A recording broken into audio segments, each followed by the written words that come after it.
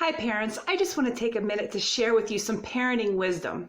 So my advice today isn't going to be super spiritual and you're not going to be able to pick up your Bible and flip to where it says this, but it's a very practical piece of advice that anyone can do. Now I was just in a seminar with children's ministry expert Josh Denhart, and here's a statistic that he shared that I'm sure will alarm you.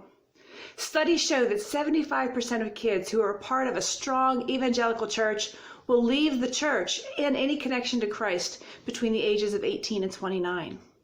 Now, it's easy to look at the kids who fall away and ask what went wrong. What did those parents do or not do that I could learn from?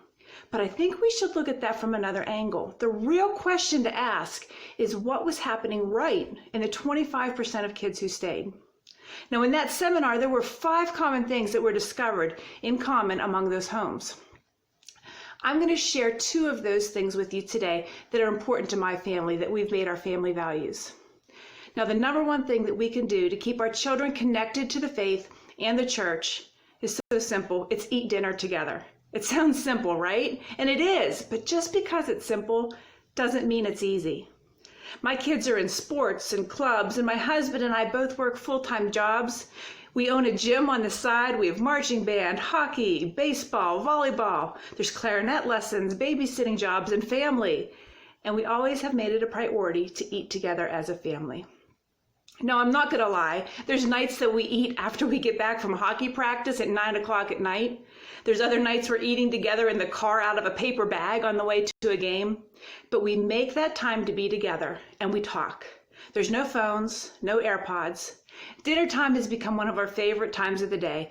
And someone usually ends up spitting out food or choking because they're laughing so hard. It's something that happens at our dinner table.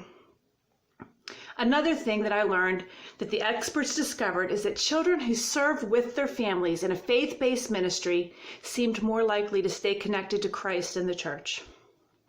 Now, serving together as families allows for a common experience for all family members.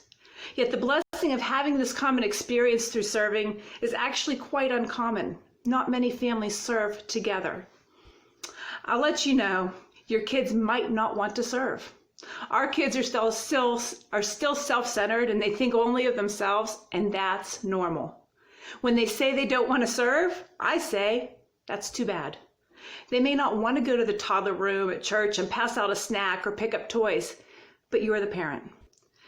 If you decide to serve with them, and when you see as a parent the value that comes from spending that time together, and you serve with them and have a shared experience, you instill a servant's heart and you model caring for others to your child, their demeanor will begin to change. You'll start to share stories of the funny things that happened while you were serving, or share stories of the lives you've impacted.